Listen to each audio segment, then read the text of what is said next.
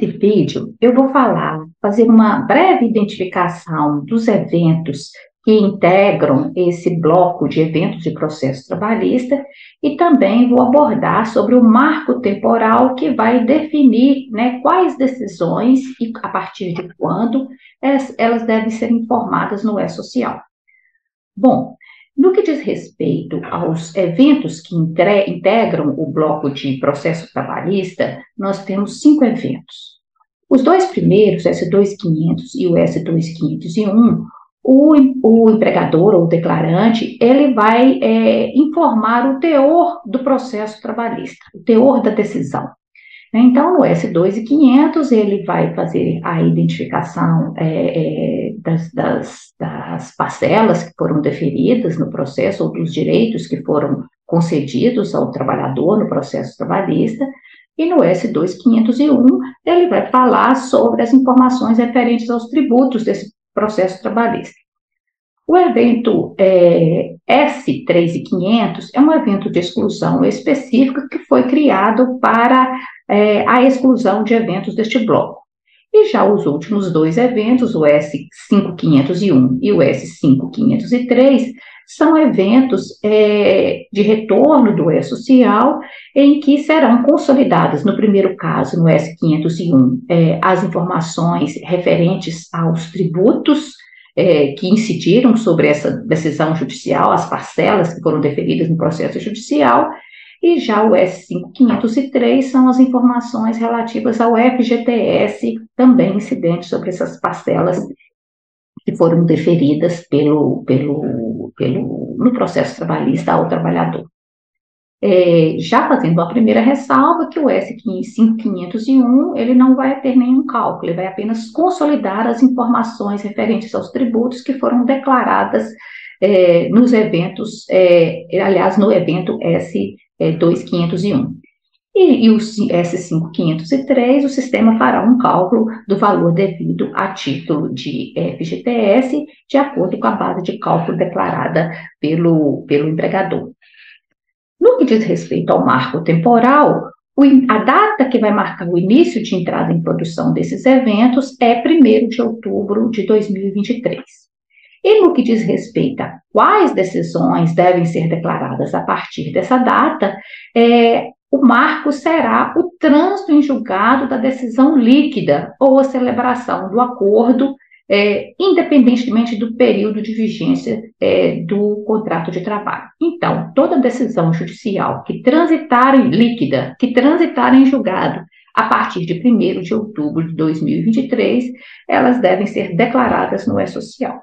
Mais especificamente, no caso do evento S2500, toda decisão transitada em julgado, líquida, transitada em julgado a partir de 1º de outubro de 2023, terá o empregador ou o declarante, ele terá até o 15º dia do mês subsequente para declarar essa informação no E-Social, tomando como marco o trânsito em julgado da decisão líquida proferida no processo trabalhista, da homologação do acordo judicial, o 15º dia do mês subsequente do trânsito em julgado da decisão homologatória dos cálculos de liquidação ou sentença, da celebração do acordo perante CCP ou NINTER, ou ainda da determinação judicial para o cumprimento antecipado da decisão, ainda que parcial.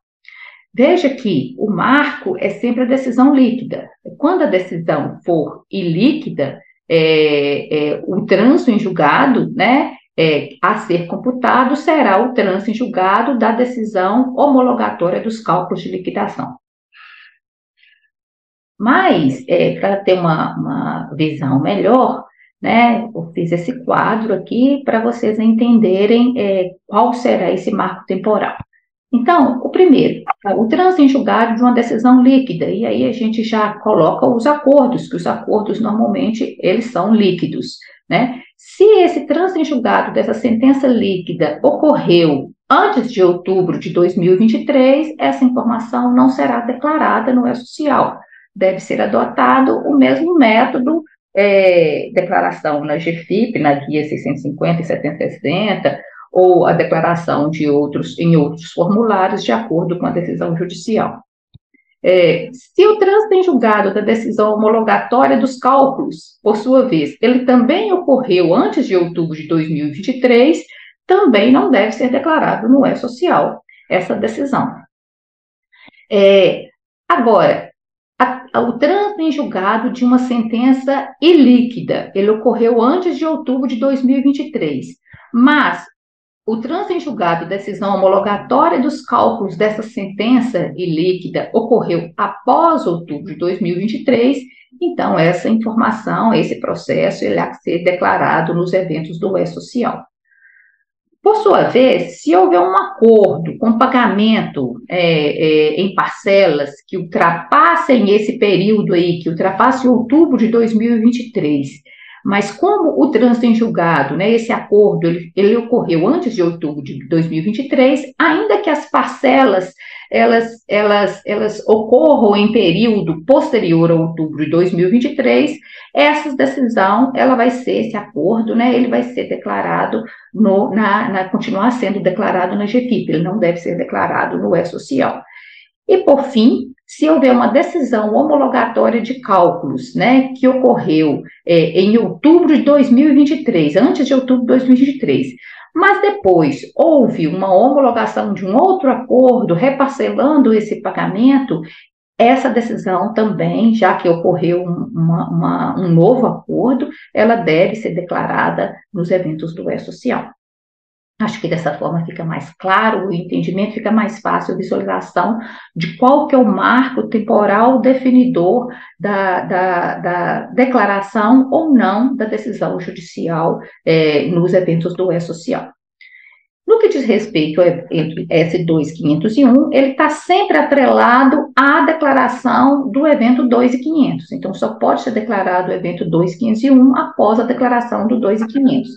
E o prazo dele vai ser sempre do 15º dia do mês subsequente ao do pagamento. Então, suponhamos que a decisão saiu hoje, né? Aliás, os eventos já estão em produção do E-Social, já está definido que essa decisão deve ser declarada no E-Social, mas que esse pagamento foi para 60 dias. Então, o prazo da declaração do S2501 seria ao do 15º dia do mês subsequente ao do primeiro pagamento referido nessa decisão ou acordo.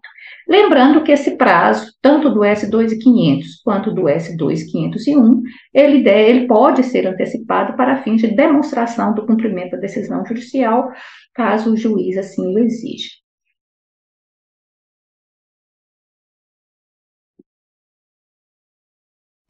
Só para exemplificar melhor também, a gente tem aqui um quadro em que a gente vai determinar, vai ficar mais fácil a visualização e a determinação, se essa informação ela deve ser declarada nos eventos do E-Social. Então, vamos aqui pelo teor da decisão. Se uma decisão, ela pode versar sobre a alteração dos dados do vínculo, ela pode versar sobre o recolhimento do FGTS, da contribuição previdenciária e do imposto de renda, e ela pode versar apenas sobre o pagamento de parcelas indenizatórias. Então, de acordo com o teor da decisão, a gente vai definir se essa informação ela deve ou não, se essa decisão ela deve ou não ser declarada no E-Social. Então, suponhamos que essa decisão ela verse sobre alteração de dados do vínculo, ela verse também sobre recolhimento de FGTS ou de tributos, e ela também verse sobre verbas indenizatórias. Então, nós temos que essa decisão, né, ela deve ser, esse processo trabalhista, ele deve ser declarado, tanto um evento 2.500 para ele, como um evento S2501 também, já que a gente percebe aqui que há recolhimento de contribuição previdenciária e do imposto de renda. Vamos pegar um segundo exemplo em que essa decisão judicial, ela versa sobre alteração dos dados do vínculos, mas ela não versa sobre recolhimento de FGTS, contribuição previdenciária e imposto de renda. Então, neste caso, quais seriam os eventos a ser declarados no E-Social? Neste caso, deve ser declarado o evento 2.500 tão somente. O 2.501, quando não se trata de recolhimento de parcelas referentes a FGTS, contribuição previdenciária e imposto de renda, e ainda não versa sobre parcelas indenizatórias, não há que se falar no declaração do S 2.501, já que esse é um evento específico para a declaração de tributos ou de informações relativas a tributos. Vamos supor que, num outro caso hipotético, a decisão judicial ela não verse sobre dados relativos ao vínculo, mas ela verse sobre recolhimento de FGTS ou de contribuição previdenciária ou de imposto de renda. Né? Também não verse sobre parcela, verbas indenizatórias. Neste caso, há que ser declarado tanto 2.500 como 2.501, já que, como eu mencionei, o 2.501 ele não é independente do evento S2.500. É pressuposto para a declaração do S2.501 é a prévia declaração do 2.500. Num outro exemplo, suponhamos que a decisão verse sobre alteração de dados, não verse sobre nenhuma alteração de dados do vínculo, ela também não verse sobre nada relativo a FGTS, contribuição previdenciária ou imposto de renda, mas ela verse apenas sobre verbas indenizatórias, vamos supor que seja uma indenização por dano moral. Neste caso especificamente, tem que ser declarado o evento S2.500 e tem que ser declarado também o evento S2.501. E por quê?